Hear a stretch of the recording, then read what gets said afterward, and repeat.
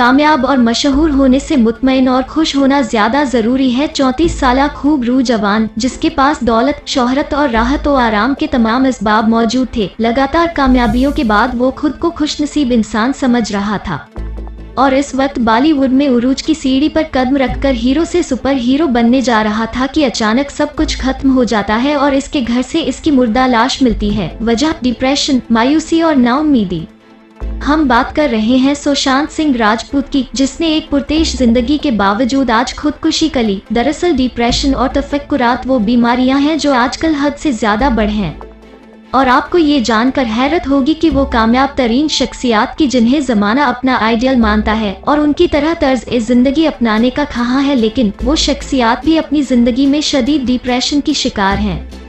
बहुत सारे अफराद ऐसे हैं जो जिंदगी में नामवर बनकर एक बड़ी कामयाबी पा तो लेते हैं, लेकिन उनकी ज़हनी सेहत दुरुस्त नहीं होती। सवाल ये है कि इंसान पूरी जिंदगी जिस चीज के पीछे अपनी सारी तवानाई लगा देता है, तो फिर उसके मिल जाने के बाद भी वो जिंदगी से बेजार क्यों हो जाता है, हालांकि उसकी जिंदगी तो सबसे ज्यादा शानदार होनी चाहिए। दरअसल उसके बहुत सारे अवामिल हैं। एक वजह यह है कि ऐसे अफराद को कोई गाइड करने वाला नहीं होता। दूसरी वजह मादियत पसंदी में रहते रहते उनका अल्लाह पर ईमान और भरोसा खत्म हो जाता है।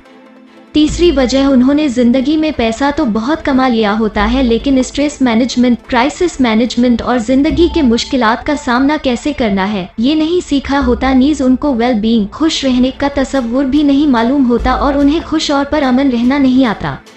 चौथी वजह यह है कि बहुत से लोगों के तल्लुकात अच्छे नहीं होते और खराब रिश्तों की ये फिक्र उन्हें इस कदर मायूस कर देती है कि वो खुदकुशी का भारी कदम उठाने पर मजबूर हो जाते हैं। जदीद रिसर्च के मुताबिक दुनिया में हर साल 8वां अफराद खुदकुशी करते हैं।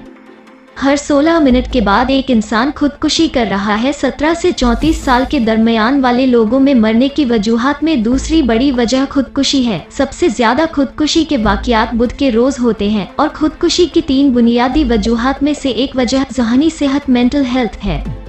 ज़हनी सेहत की खराबी की बड़ी वजह डिप्रेशन है, जिसमें मुबतला शख्स को खुदकुशी के ख्यालात ज्यादा आते रहते हैं। कासिम अली शाह कहते हैं कि बहैसियत ट्रेनर और एडवाइजर पाकिस्तान के बेशुमार इदारों में मैंने अपनी खिदमात दी हैं। मैंने कई इदारों मैंने ये तजवीज़ दी है कि हमें मेंटल हेल्थ और वेल बीइंग, इन दोनों मज़ामीन को ट्रेनिंग में लाजमी शामिल कर लेना चाहिए ताकि अहम ओहदों पर अपनी खिदमात देने वाले आफिजरान ज़हनी सेहत के एतबार से मुकम्मल तंदुरुस्त और खुश हों। क्योंकि अक्सर ये देखा गया है कि इंसान जब कई तरह की कामयाबियां हासिल कर लेता है तो दरमियानी उम्र में आकर वो ज़हनी परेशानियों का शिकार हो जाता है और अगर वो अपनी परेशानियों पर कंट्रोल और उन्हें मुनज़्ज़म मैनेज करना ना सीखे तो इसकी ज़िंदगी अजीरन बन जाती है। रिसर्च ये भी बताती है कि दुनिया में खुदकुशी का ज्यादा रुझान मीडिया और शोबिज़ से मुंसलिक लोगों में होता है, क्योंकि इस फील्ड में पैसा और ग्लैमर बहुत ज्यादा होता है, लेकिन इसके साथ साथ उन लोगों में खोखलापन भी ज्यादा होता है।